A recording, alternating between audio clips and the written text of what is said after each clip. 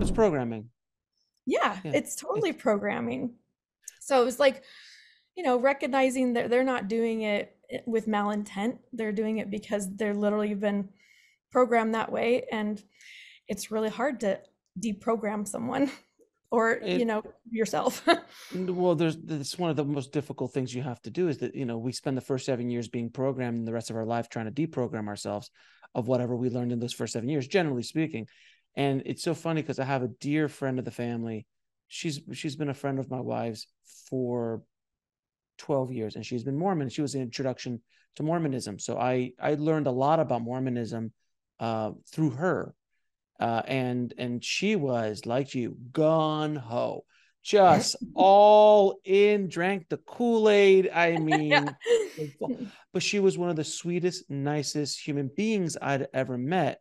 And Mhm. we would look at her life and be like, there's a lot of positives to this religion, the community, always being there wherever you go, wherever you are in the world, you find Yes. a Mormon community and they just bring you in, and it's like no questions asked. You need to help be moved.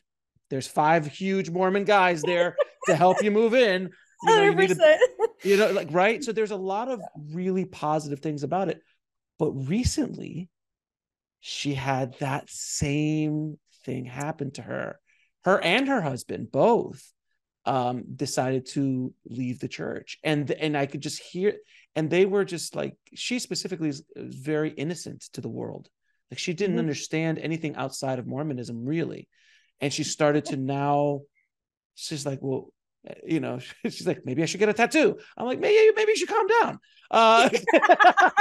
There's no, like, don't need to do that right now. Like, but it was just like this reaction. So being repressed or in a box for so long, the second you get out, you're just like, what do I do? Like, I've never been able to try this or never been. And she's a grown woman with family and kids. It's not like you're a 20-year-old going out there like, hey. So it's a really interesting thing to look, but she still is such a wonderful soul and such a beautiful family. But I understand what you're going through, because we thought that, like, there's no way they're ever going to leave that situation. It's just like they're so gung ho. I mean, Oh yeah.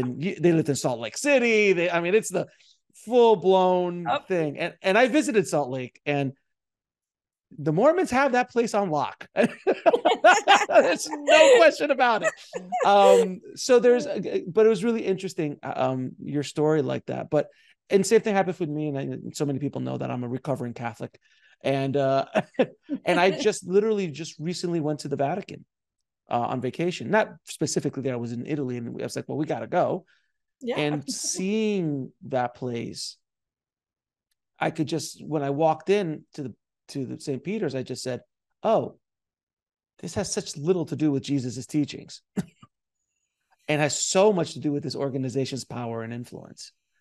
And Yeah. that's all. And as you walk around and you start to, you're like, oh God, this doesn't make, has nothing to, it just literally has nothing to do with Jesus.